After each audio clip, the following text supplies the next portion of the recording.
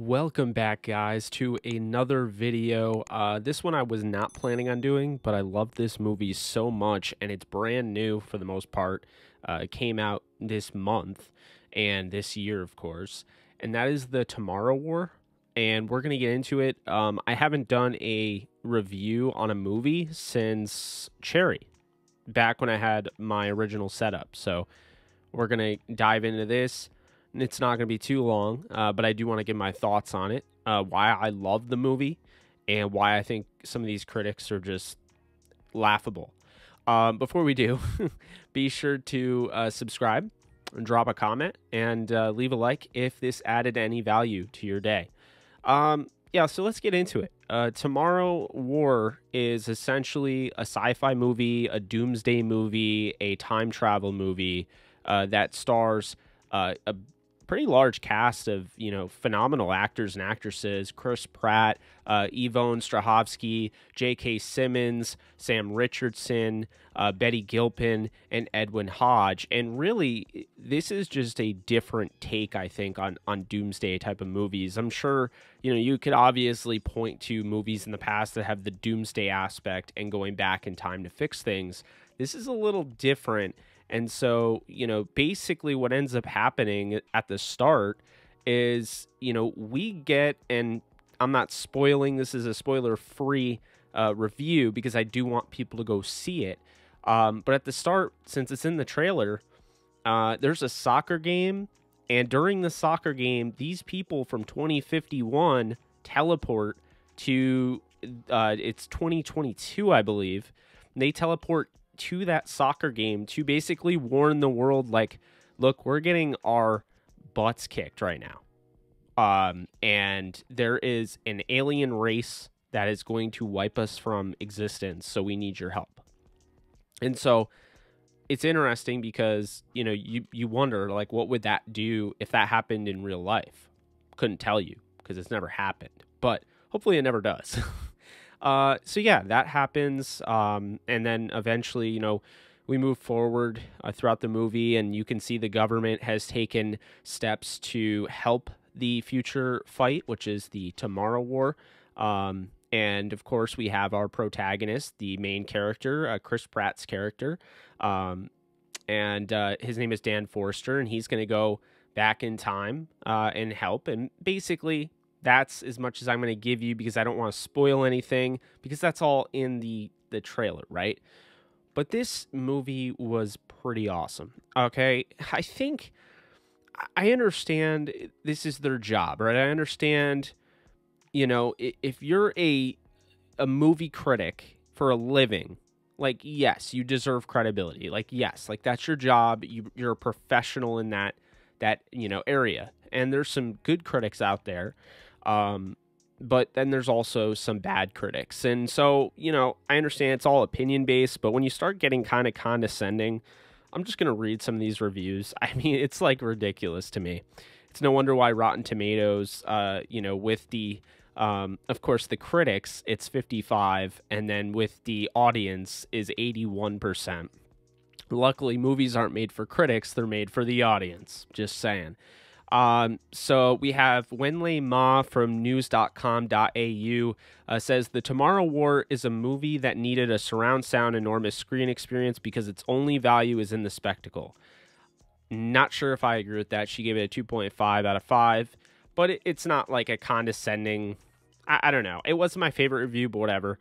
Barry Hertz, this one's funny, from Globe and Mail, or Mall, I can't really tell. He's one of the top critics, and he says, but if I had a time machine, I'd punt myself to the past just before the Tomorrow War went into production and save everyone else the trouble. Yeah, and I'd punt myself back in the past to make sure I never saw your I never saw your review, Barry. Thank you. So then we had Bilge Ebiri from New York Magazine / Vulture. I took one look at Tomorrow War's dopey premise and knew I was all in. Thank you for having an open mind. Then, of course, we have Kiko Martinez from San Antonio Current, who says 0 points for originality. I don't understand how there's 0 points for originality when this was a fairly original movie. It took aspects of movies in the past, and it did feel sometimes like it was a battle for LA type of premise, but it was way more than that, and it was enjoyable, and it was understanding. Things worked, okay? There wasn't giant plot holes like I've seen with these Doomsday movies, and things didn't just happen to, it's like, oh, well, we have to have a happy ending, so we're just going to do this. Things didn't go that way. Things, it like works well. So, I just think these critics are a little ridiculous. Then we have Robert Levin from Newsday says there are some entertaining moments, and the movie might have played better on the big screen, but it's impossible to shake the feeling that you've seen it all before. Yeah, but to me, like, Doomsday movies, yes, you've seen them before. You've also seen slashers before. It doesn't make, a slasher that's put together and is actually a good film a bad film because you've seen a slasher movie. That I hate that. Like a sports movie, for instance, people love Rudy. Is a sports movie instantly bad because you've seen multiple sports movies? How about comedies? Why are comedies like, oh, this is a great comedy? Okay, well, what's the difference? The other one made me laugh too. That's just such a... I don't like these types of reviews, in my opinion. Angie Hahn from Mashable says, it's not that sci-fi movies need to seem realistic, but the Tomorrow War's view of human nature feels so jarringly out of touch, it's easy to get stuck in disbelief and hard to take anything serious that happens at all that seriously. I don't really know what that means because, I don't want to spoil the movie, of course, but it just, I don't really understand what she's saying there. I don't know. Sometimes I feel like, and with all due respect, especially if you're a critic out there, I understand the job you have and how much work you put in, but sometimes I feel like people are too close to their profession that they'll miss on certain things and they'll take things too seriously and not just enjoy the finer things and the smaller things that maybe just a casual viewer or a more well-informed viewer that may not be a critic does notice. Yeah, so that's that. Kevin Mahar from Times UK says, what's depressing is that the director, Chris McKay, is a skilled satirist who in previous outings gleefully pilloried the very same tired and overdone genre conventions that he presents here as straight-faced storytelling. Yeah, he just sounds very bitter towards Chris McKay. I got to give a shout out to Chris McKay. He did such a great job with this movie. I don't know why this movie's getting so much hate. I think that there's so many great things about this movie. I think, first off, you get a great cast. The setting's cool. The depiction on time travel is cool. There's some humor in it. There's definitely a lot of humor with Sam Richardson's character, which you will see when you watch the movie. Sam Richardson does such a great job of adding that glimmer of hope and the glimmer of light in every scene. I loved him, and I just really enjoyed him throughout the movie.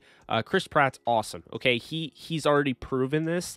I would make the bold statement that I enjoyed him more in this than I've enjoyed him even in the Jurassic Park movies, because here's the thing.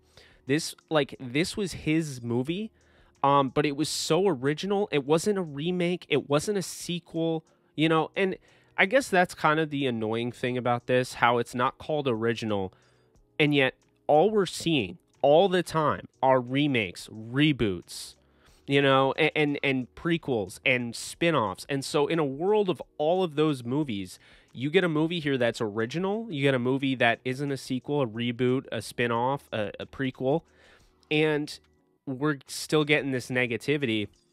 Also, CGI is so good in this movie, and it doesn't feel like overblown or anything like that. There's not any weird parts. Here's another one. Luke Y. Thompson from Superhero Hype said, had it opened in theaters as planned, a $20 ticket might feel like a ripoff. At home, it's a star-fueled spectacle that's moderately better than the most direct-to-streaming films that try to do the same thing. Again, don't really know. Damond Fudge from Des Moines, Iowa, KCCI says, Despite its flaws, The Tomorrow War is a fantastic blockbuster, definite must-see for the summer. I only wish I had gotten to see it on a much bigger screen.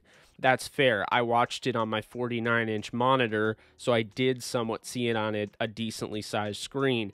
I'm also not super keen on having to have a giant screen. I'm not super keen on having to have, you know, fantastic audio or anything like that. So that's just kind of the way I just took it for what it was. And I understand if people at home that are watching this video are like, all right, this dude's Mr. Optimist. Like, he's only done 2 movie reviews, and both of them he thought they were the greatest things ever. I'll admit, there are flaws to this movie in a sense where, yes, there's time travel. It's not really totally explained. There are some things there. But I always feel like with time travel, there's no certain, like, we don't know for sure. Time travel right now, we don't know exists or not. I'm assuming it doesn't, but maybe it does. I don't know. I don't know what the government does, okay? Like, I don't know. But my point is that there's no blueprint on time travel. This isn't like you can apply the time travel in the MCU and then harp on, you know, this movie and say this doesn't match the MCU time travel, or this doesn't match, you know, this time traveler. It's like, it doesn't match X-Men's, or like time travel. We've never really depicted on what time travel would be. We don't know how it would, you know, alter things, or what, you know, would be the laws of it. So, you know, I don't really understand that. And then I always find funny, you know, Sci-Fi, because it's like, yeah, it's a sci-fi movie. Like, you're good. It's not going to be an Academy Award winning movie. That's not its job. It's not its goal. I don't think Chris McKay would complain if it was, but, you know, I just really hate the negativity. Go see this movie, watch it for yourself. There's some really good actors and actresses that put a lot of hard work into this. Chris McKay did a really nice job of putting this together, as well as, you know, the cinematography and the CGI and just the dialogue, the costume design, just really cool stuff, the set design. So, you know, give this a try. I'm not going to give this like a 5 out of 5. Like, I was raving about Cherry because I do think that could win an Academy Award. I thought it was that good, and I didn't understand any of the negativity on it. And it taught us a lesson. With the Tomorrow War, you know, this was a really good movie, but I'm not going to just say this will be like life-changing for you. But if you're looking for, you know, a fun 2-hour, 2.5-hour movie that you can just sit there and enjoy, action thrown in with, you know, some comedy and what have you. And if you like Chris Pratt, then you'll like this film. But that's going to do it for me. I hope you guys enjoyed. As always, if you did, be sure to subscribe, like, and comment. But I will talk to you guys soon. You guys take care. Later.